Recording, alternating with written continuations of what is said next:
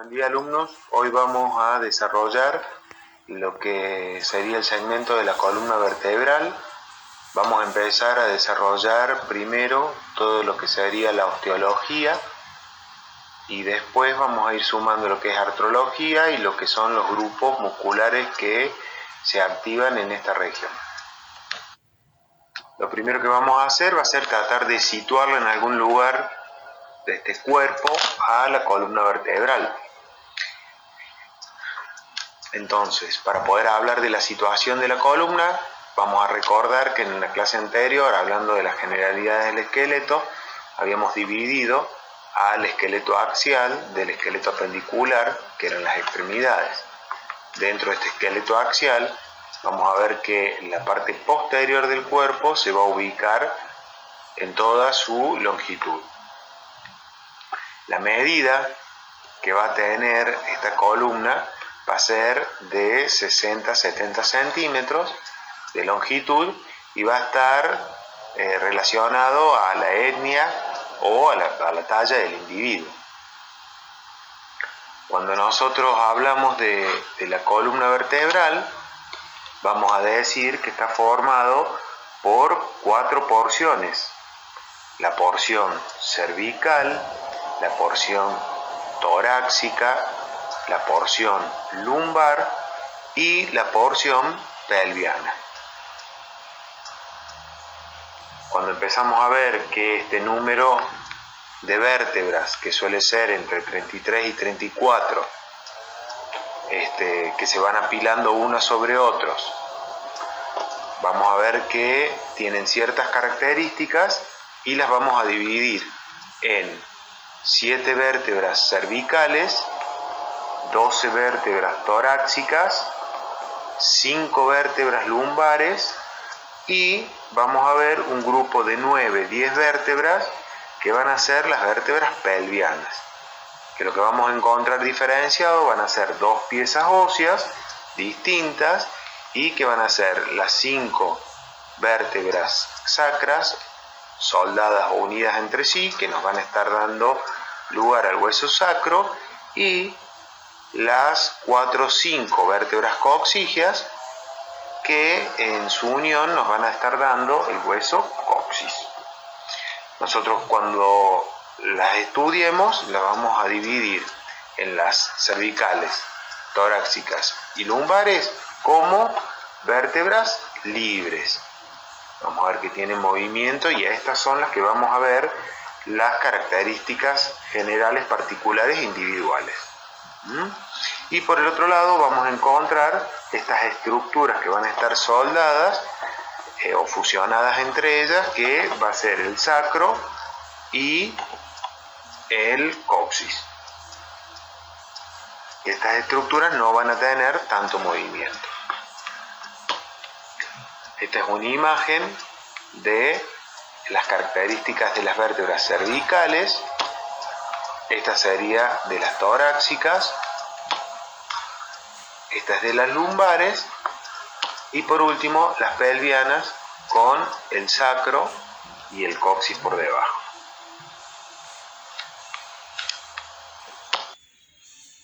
En esta imagen vamos a ver cómo se divide lo que sería el esqueleto axial. Y en este esqueleto axial vamos a encontrar como eje la columna, con su región cervical, su región torácica, su región lumbar y sus huesos sacro y coxis. Cuando nosotros describíamos la columna, esta es una vista anterior, esta es una vista posterior y esta es una vista lateral.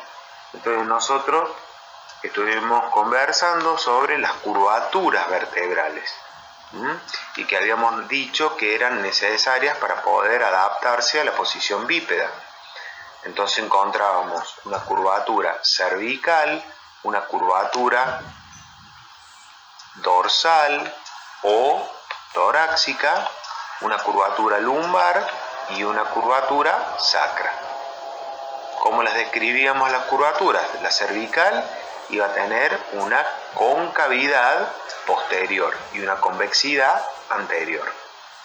La dorsal o torácica iba a tener una concavidad anterior y una convexidad posterior. La lumbar iba a tener una concavidad posterior y una convexidad anterior. Y la sacra iba a tener una concavidad anterior y una convexidad posterior.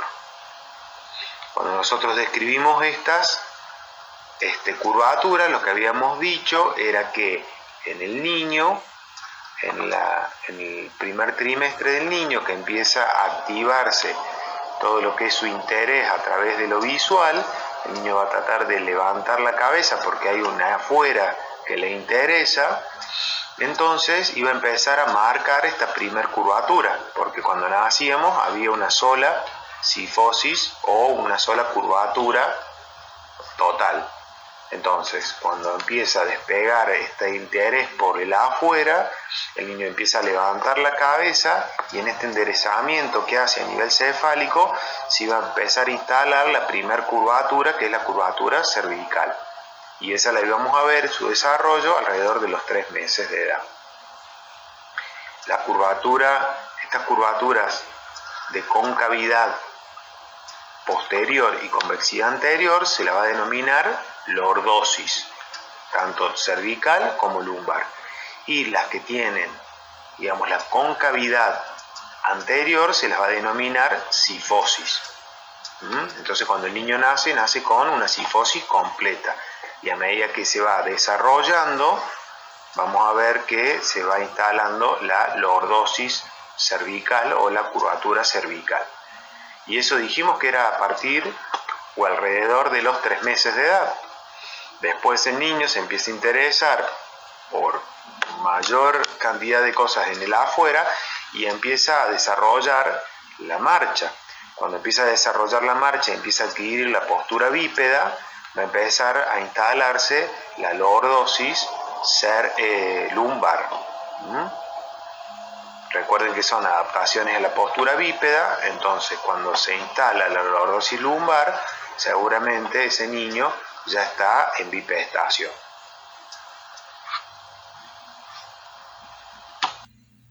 Cuando nosotros estuvimos explicando las vértebras, lo que les comentábamos es que cuando las estudiábamos, para poder estudiar la cantidad que son, las íbamos a dividir en características generales que tenían todas las vértebras. A esa después le íbamos a sumar las características particulares que iban a ser propias de cada región, y por último le íbamos a dar la individualidad a cada vértebra. Entonces íbamos a comentar que en una misma región hay situaciones que cada vértebra tiene diferente. Vamos a empezar con las características generales, que son las que vemos en todas las vértebras libres, que dijimos que eran las cervicales, las torácicas y las lumbares, ¿no? Característica general es que todas tenían un cuerpo, todas tenían un macizo apofisiario, todas tenían un foramen vertebral. Esas son las 3 características. A partir de ahí, lo primero que vamos a hacer es desarrollar lo que sería el cuerpo vertebral, que sería este en verde. Los cuerpos vertebrales van a ver que tienen la forma de un cilindro con 2 caras, una superior y una inferior. Vamos a ver que es convexo hacia adelante, transversalmente, ¿no? Es convexo hacia adelante y cóncavo hacia atrás. Vamos a ver que la parte posterior va a estar formando parte de lo que sería el foramen vertebral. Y vamos a ver que desde la región anterolateral van a emerger 2 segmentos óseos que se van a denominar pedículos. Estos segmentos óseos van a ver que va a estar uniendo la parte anterior de la vértebra, que sería el cuerpo que estábamos describiendo, con la parte posterior de la vértebra, que va a ser el macizo apofisiario. El cuerpo, parte anterior, y macizo apofisiario, parte posterior. Cuando nosotros vemos el macizo apofisiario, o el arco posterior, que también lo podríamos describir así, y vamos a encontrar varias partes o varios segmentos óseos que estaban unidos, varios accidentes óseos que estaban unidos.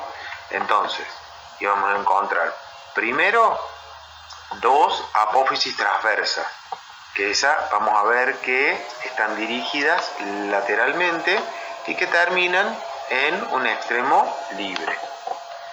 Por encima de estas vamos a encontrar las zigapófisis o las apófisis o procesos articulares, que teníamos dos superiores, por acá lo podemos ver, dos superiores y dos inferiores, que estos van a servir para que se articulen con la vértebra suprayacente y subyacente.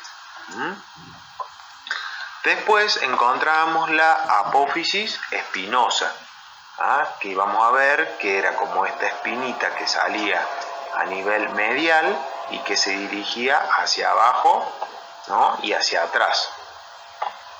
Uniendo esta apófisis espinosa con las apófisis transversas y apófisis articulares, íbamos a encontrar las láminas vertebrales, que también vamos a ver que son dos, una derecha y una izquierda.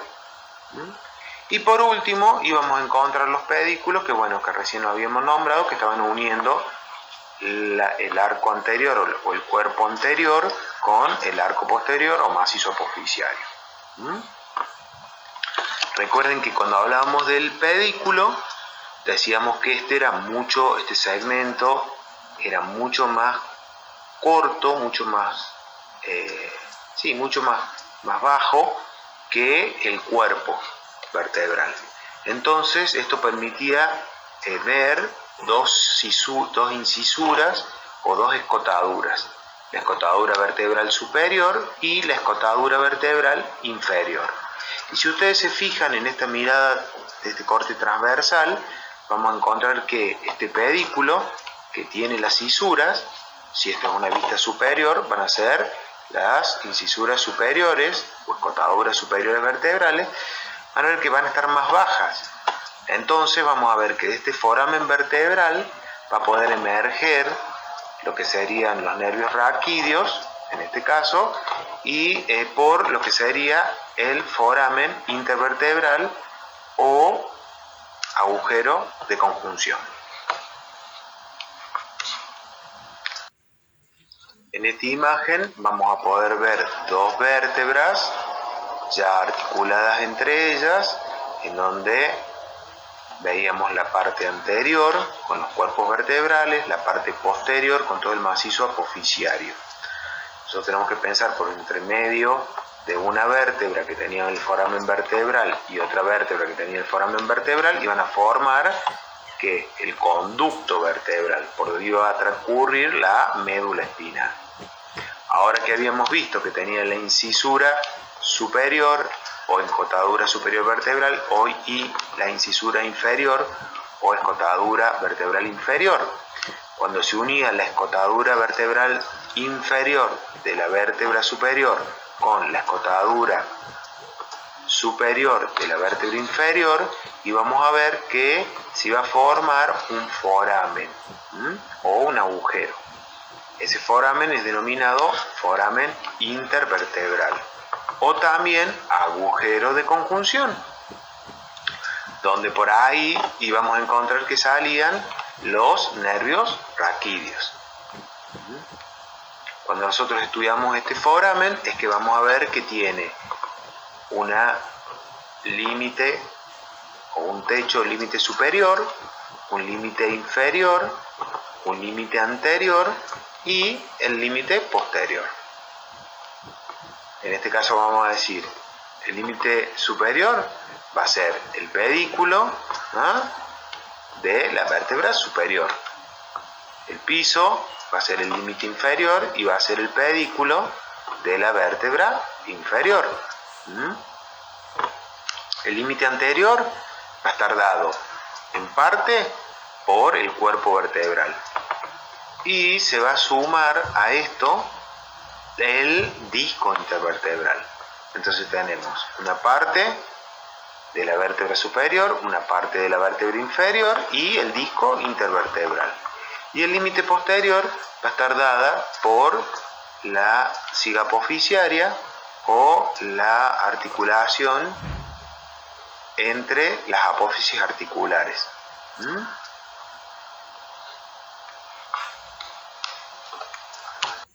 Después de haber visto las características generales, que son las comunes a todas las vértebras, ya ingresamos a ver las características particulares. Y como recién había dicho, era sobre ¿qué? Sobre las vértebras libres. Entonces vamos a tener el segmento de las vértebras cervicales, el segmento, que esta sería cervical y esta sería cervical, el segmento de las vértebras torácicas, que acabamos de encontrar, esta y esta, y el segmento de las vértebras lumbares, que iban a ser esta que se encuentra en superior y una vista lateral, esta otra.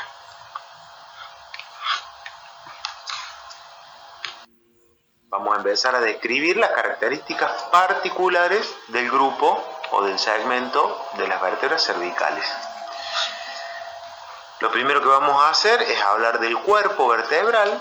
Vamos a ver que en las cervicales este va a ser más alargado transversalmente, va a tener en su cara superior las apófisis unciformes que van a estar en los extremos, y que ya vamos a ver que esas se van a articular con parte de lo que sería el disco lateralmente y llegaría hasta el cuerpo de la vértebra superior, desde lateral. También vamos a ver el foramen vertebral. Vamos a ver que en este caso va a tener la forma de un triángulo isósceles con base anterior. El isósceles era de 3 lados, 2 lados iguales, que serían los posteriores, y el borde o el lado anterior, digamos, es el que es más largo. Después veíamos la apófisis espinosa, que en este caso vamos a ver que es más corta y que va a tener una terminación bífida, o sea que en su extremo distal se va a dividir en 2 tubérculos. Después analizábamos los procesos transversos, que habíamos dicho que estaban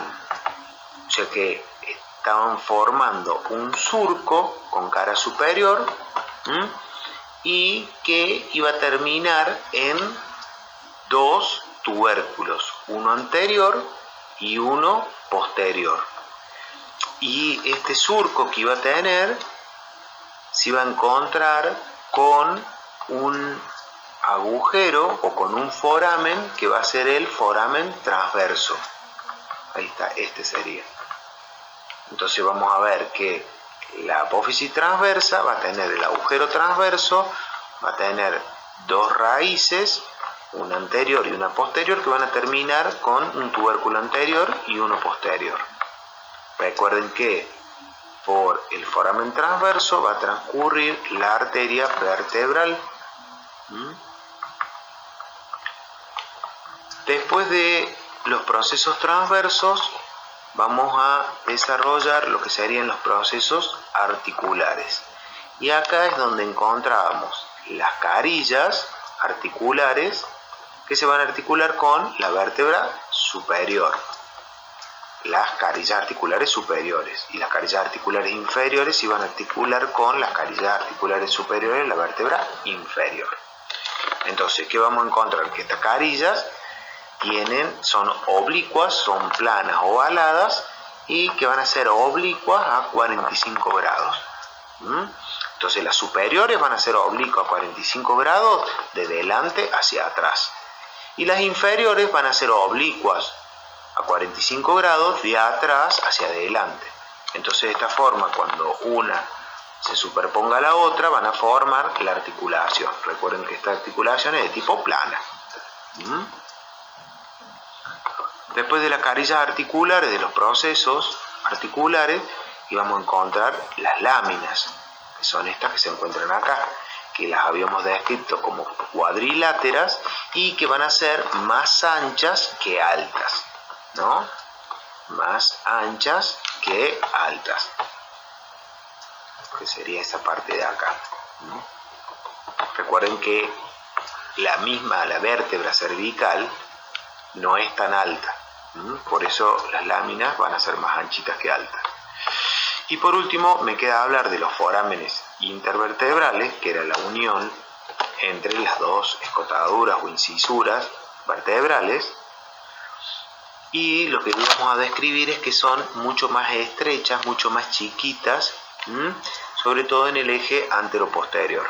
Nosotros habíamos visto con algunas de las comisiones que la incisura inferior de la vértebra, en el caso de las cervicales, solía ser casi del mismo tamaño que la incisura superior. Recuerden que ahí estaría la incisura superior, y si la viéramos de abajo, bueno, se vería el inferior. Lo único que me faltaría de decir para este tipo de vértebra es que acá la vamos a ver nombrada como C4. A todas las vértebras, cuando los vayamos estudiando, van a ver que si son cervicales van a ser denominadas C, y según de arriba para abajo, según su número, va a ser C1, C2, C3, C4, C5, C6 hasta C7. Después, cuando veamos las torácicas, vamos a ver que son T, y va a ser de 1 a 12, T1, T2, T3, así. Y por último, las lumbares, que las vamos a ver con la L, y van a ser L1, L2, L3, L4 y L5. Cuando hablábamos de la vértebra torácica, ¿qué es lo que íbamos a encontrar? Primero, el cuerpo, ¿qué diferencia iba a tener? Iba a ser mucho más redondeado, y en las caras laterales, ¿qué íbamos a encontrar? Las fositas costales, ¿no? El foramen vertebral iba a ser mucho más pequeño, y porque habíamos hablado de que había una relación con el tamaño de la médula espinal, y iba a ser también circular. El proceso espinoso o la apófisis espinosa iba a ser larga, prismática, triangular, iba a estar inclinada hacia abajo. Y eso es lo que habíamos dicho, que por ahí, cuando se encontraba una con otra vértebra y otra, cuando nosotros palpábamos la punta de la apófisis espinosa, muchas veces iba a hacer referencia a 2 o 3 segmentos por encima, uno o 2 segmentos por encima de lo que estábamos palpando.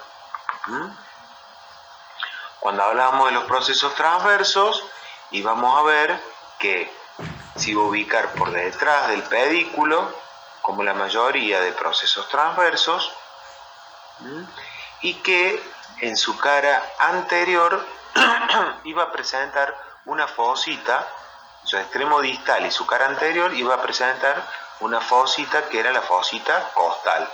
Habíamos hablado que era para la carilla articular del tubérculo de las costillas. Después nombramos las apófisis transversas. No, las apófisis transversas recién las nombramos. Después nombramos las apófisis articulares, y que estas iban a tener una orientación que iba a ser mucho más vertical, tanto la superior como la inferior. Las láminas también las íbamos a encontrar cuadriláteras, y iban a ser tan anchas como altas. Recuerden que el volumen de la torácica va a ser mayor que el volumen de la cervical. Y después los forámenes intervertebrales los íbamos a encontrar mucho más ovalados y un poco más grandes, ¿no? Ustedes fíjense acá la incisura inferior, que estaba mucho más excavada que la incisura superior. Entonces, cuando una se superpone a la otra, y vamos a encontrar que estos forámenes intervertebrales o agujeros de conjunción iban a ser más ovalados. Cuando describíamos las características particulares de las vértebras lumbares, que íbamos a ver que el cuerpo iba a ser mucho más voluminoso, iba a ser también redondeado, y iba a tener un diámetro transverso mayor que el anteroposterior.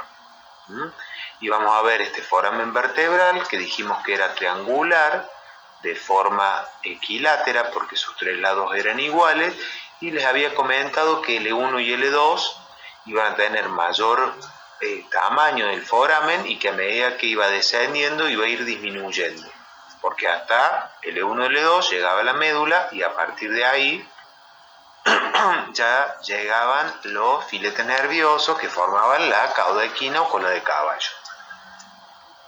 Cuando hablamos del foramen espinoso o del foramen espinoso, cuando hablamos de la apófisis espinosa o proceso espinoso, ¿cómo la describíamos? De forma cuadrilátera y de dirección cuasi horizontal. Esto sería horizontal. Están más horizontalizadas que las anteriores.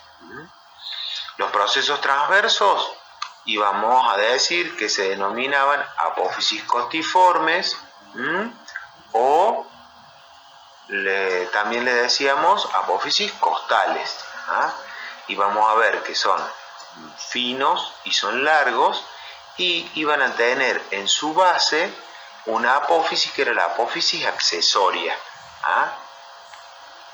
Esa apófisis accesoria después vamos a ver que nos va a colaborar en la articulación o en la unión entre las apófisis transversas a nivel de las lumbares. Después teníamos las carillas articulares, que estas carillas articulares iban a tener una orientación vertical y vamos a ver que las superiores, acá se ve una mucho mejor, las superiores iban a ser como cilindros cóncavos y las inferiores iban a ser como cilindros convexos. Y por encima de esta íbamos a encontrar la apófisis mamilar, que era una de las características por la cual individualizábamos al segmento vertebral lumbar. Las láminas van a ser también cuadriláteras. Recuerden que hay mucho más volumen y más masa, entonces íbamos a encontrar que son cuadriláteras y van a ser más altas que anchas. Y por último, los forámenes intervertebrales, que dijimos que iban a ser ovalados y más amplios, porque al tener más masa íbamos a ver que estos forámenes casi que se podían denominar conductos porque iban a tener mucha masa que pasar. Después que hayamos descrito las características generales y las características particulares, ya vamos a empezar a hablar de las características individuales. Dentro de las características individuales hay dos piezas óseas, que es C1 y C2, que tienen nombre propio. C1 es la vértebra que se denomina atlas, C2 es la vértebra que la denominamos axis, que sí tienen muchas características individuales. Después de esta vamos a ver otras que tienen una o dos características individuales solamente, pero estas son las que más diferentes al segmento cervical son. Cuando describimos el atlas, y vamos a ver que tiene una vista superior, que es esta de acá abajo, y una vista inferior, que es esta de acá arriba. Y vamos a ver que va a estar formado por dos masas laterales y por un arco anterior y un arco posterior.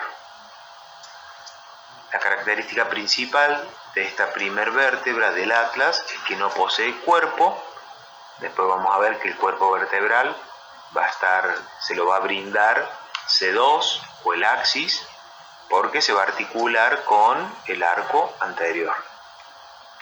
En el atlas vamos a encontrar un arco anterior, un arco posterior y las masas laterales. El arco anterior lo vamos a encontrar del lado anterior, del borde anterior, y vamos a encontrar el tubérculo anterior, que en la clase de articulaciones con la mayoría lo vimos. A partir de ahí ahí se insertaba parte del ligamento longitudinal anterior. En la cara posterior de este arco anterior íbamos a encontrar una carilla articular para la apófisis para carilla articular que tiene la apófisis odontoides.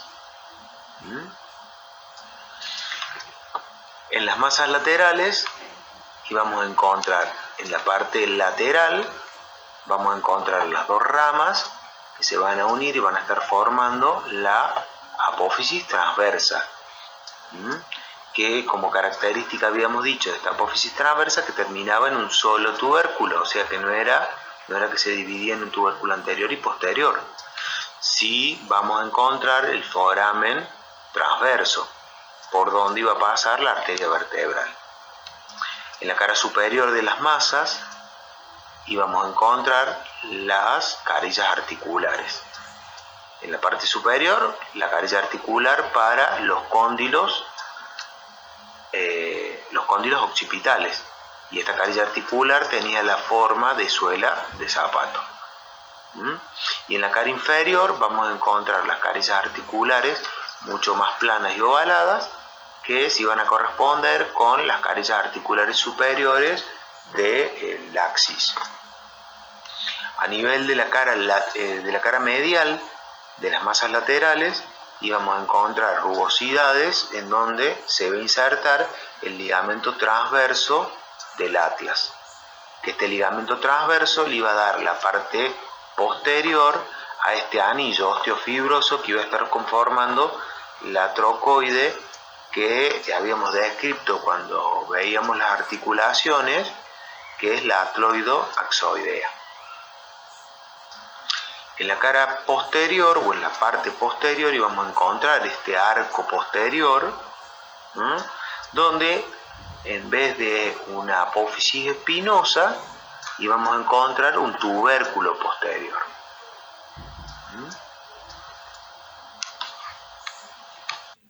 Acá lo vemos en otra imagen, esta es la que yo les había mostrado, de que la arteria vertebral que va a ir por el foramen transverso, cuando llegue al atlas iba a atravesar ese foramen transverso, iba a pasar, se iba a dirigir hacia posterior, iba a pasar por debajo de la carilla articular para el cóndilo occipital y iba a ingresar al foramen vertebral, y que a partir de ahí se iba a dirigir hacia arriba y iba a ingresar en lo que sería la calota o el cráneo. En este caso vemos el tubérculo posterior, el tubérculo anterior, las masas laterales, las apófisis transversas, con esta ausencia de tubérculos. También veíamos la apófisis espinosa, también con que no iba a ser denominada apófisis espinosa, sino que íbamos a ver que era el tubérculo posterior, y en vez de lámina íbamos a encontrar justamente este arco posterior.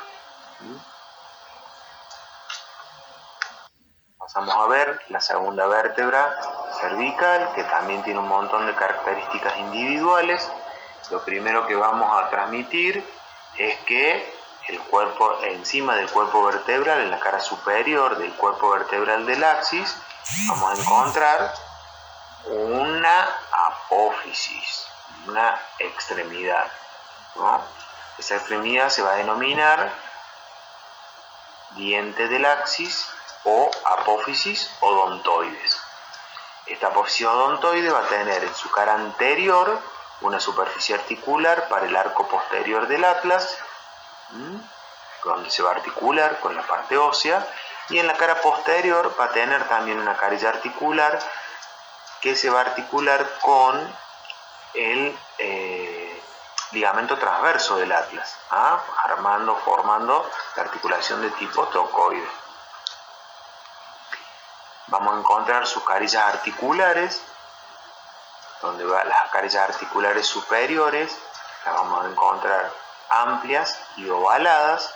Las carillas articulares inferiores ya tienen las características de todas las vértebras cervicales, con esos 45 grados de inclinación. Vamos a encontrar que esta ya posee las láminas y posee la apófisis espinosa. Esta apófisis espinosa sí va a ser bifurcada, es la que más se bifurca, entonces vamos a poder describir la V invertida que la literatura describe. También vamos a ver que hacia los laterales vamos a encontrar las apófisis transversas.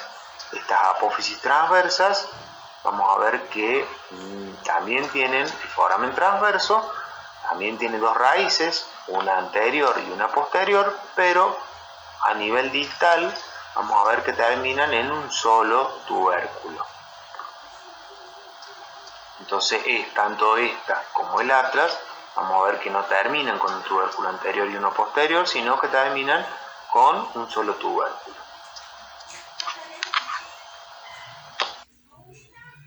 Estas son diferentes vistas del axis. Esta es una vista anterior, donde se va a visualizar la carilla articular del odontoides anterior. Esta serían las carillas articulares, las superiores y las inferiores, donde ya vemos acá la inclinación a 45 grados. Acá está lo que sería las apófisis transversas, y esto estaría conformando el cuerpo de la vértebra. Esta es una vista posterior, en donde vemos clarito la V invertida, la V corta invertida. Vemos de la apófisis espinosa, vemos las láminas, vemos las transversas y vemos la carilla articular en los odontoides, la carilla articular posterior que se va a articular con el ligamento transverso. Esta es una vista lateral en donde vamos a ver bien la forma del odontoide sobre el cuerpo del axis. Vamos a continuar con las otras vértebras que tienen características individuales. Recuerden que estas vértebras son vértebras de transición entre los segmentos cervical, torácico, lumbar y sacro. Entonces vamos a empezar con la sexta vértebra cervical. En este caso vamos a encontrar que el tubérculo, nosotros habíamos descrito en las características particulares que todas las vértebras cervicales, o en su mayoría, tenían la apófisis transversa, tenía un tubérculo anterior y uno posterior. En el caso de la sexta cervical, vamos a ver que el tubérculo anterior duplica el tamaño y que tiene un nombre propio que es tubérculo carotidio. Vamos a ver que por delante de este va a pasar la arteria carótida y que es palpable a nivel de la base del cuello. La séptima vértebra cervical, ahí vamos a ver bien esta situación de transición en donde las carillas articulares de la parte de las carillas articulares superiores van a tener esta inclinación de 45 grados y sin embargo las inferiores, para poderse articular con la primer torácica, van a ser mucho más planas y mucho más verticales. Otra de las características de la séptima cervical es que el foramen de la apófisis transversa puede estar, como no, porque por ahí, digamos, no va a ingresar la arteria vertebral. La arteria vertebral comienza su recorrido a nivel del agujero del foramen transverso de la sexta cervical. Otra de las características de la séptima cervical, que por ello también se le denomina vértebra prominente, es que la apófisis espinosa es mucho más marcada y mucho más prominente que todas las cervicales. Y como todavía conserva esa trayectoria, digamos, más horizontal, entonces vamos a ver que ante la palpación va a ser notorio. La primera vértebra torácica, como característica, va a tener que en sus caras laterales del cuerpo vertebral se va a encontrar una fosita, una de cada lado, para las cabezas costales. Esta también va a tener todavía este diámetro del cuerpo, va a ser todavía mayor a nivel transversal. Todavía no va a ser tan circular. Y después lo que vamos a encontrar es que su apófisis transversa ya iba a tener la fosita articular para el tubérculo de la costilla. A nivel de la 10ª vértebra costal, ya lo que encontramos es que va a tener solo una fosita para la cabeza costal, que esta fosita va a ser seguramente la hemifosita superior. También vamos a ver que como estas, la 10ª, la 11ª, la 12ª costilla ya son flotantes, entonces no van a tener estos tubérculos que los articulen con las apófisis transversas. Así que esa apófisis transversa no va a tener la carilla articular para la costilla. La vértebra, la 11ª vértebra torácica, como característica individual, vamos a ver que tiene una única cara articular a nivel de la cara lateral del cuerpo vertebral, porque también se articula con la costilla. En la apófisis transversa no vamos a ver la carilla articular para los tubérculos transversos, y otra de las características es que la apófisis espinosa vamos a ver que se empieza a ensanchar y se empieza a horizontalizar. En la 12ª vértebra torácica también vamos a encontrar esta ausencia de la carilla articular de la apófisis transversa. Vamos a encontrar que la apófisis espinosa es mucho más horizontal y ya empezando a estar cuadrilátera, y el volumen de esta vértebra va a ser mucho mayor. La 12ª torácica también va a tener una sola carilla articular en los laterales del cuerpo para la cabeza costal. La primera vértebra lumbar, como característica, va a tener que esa apófisis transversa, que ahora se va a denominar apófisis. Recién estuvimos describiendo las características, tanto generales. Vamos a comenzar